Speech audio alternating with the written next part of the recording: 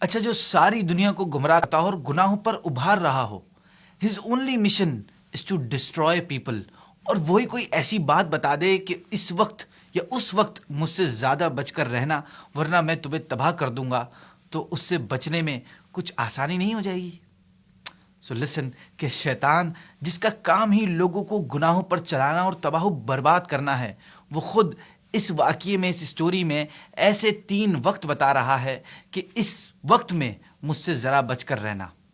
Wow, here comes the whole story. ہوا کچھ یوں کہ ابلیس یعنی شیطان ایک دن حضرت سیدنا موسیٰ علیہ نبی جینا والی صلاۃ والسلام سے ملا اور کہنے لگا، اے موسیٰ، اللہ پاک نے آپ کو اپنی رسالت عطا کی ہے اور ہم کلامی سے نوازا ہے. میں بھی اللہ کی مخلوق ہوں، مجھ سے گناہ سرزد ہوئے، اب میں توبہ کرنا چاہتا ہوں. آپ میرے رب کے ہاں میری سفارش کر دیجئے کہ وہ میری توبہ قبول کر لے. جب حضرت سیدنا موسیٰ علیہ نبی جینا والی صلاۃ والسلام نے اللہ پاک سے کلام کرنے پہاڑ پر تشریف لے گئے تو عرض کی کہ اے میرے رب العالمین، ابلیس چاہتا ہے کہ تو اس کی توبہ قبول فرما لے. تو اللہ پاک نے فرمایا، اے موسیٰ، تمہاری عرض قبول ہو گئی. اس سے کہو کہ آدم کی قبر کو سجدہ کرے تاکہ اس کی توبہ قبول کر لی جائے. حضرت موسیٰ نے ابلیس کو جب اللہ کا حکم پہنچایا تو ابلیس غصے سے بڑک اٹھا اور تکبر کرتے ہوئے کہنے لگا کہ جب میں نے ان کی زندگی میں انہیں سجدہ نہیں کیا تو ان کے وصال کی بات کیسے کر سکتا ہوں. پھر کہنے لگا، اے موسیٰ، چونکہ آپ نے اپنے رب کے یہاں میری سفارش کی ہے اس لیے میرے ذمے آپ کا حق ہے. آپ مجھے 3 موقعوں پر ضرور یاد رکھنا، میں ان موقعوں پر آپ کو نقصان نہیں پہنچاؤں گا.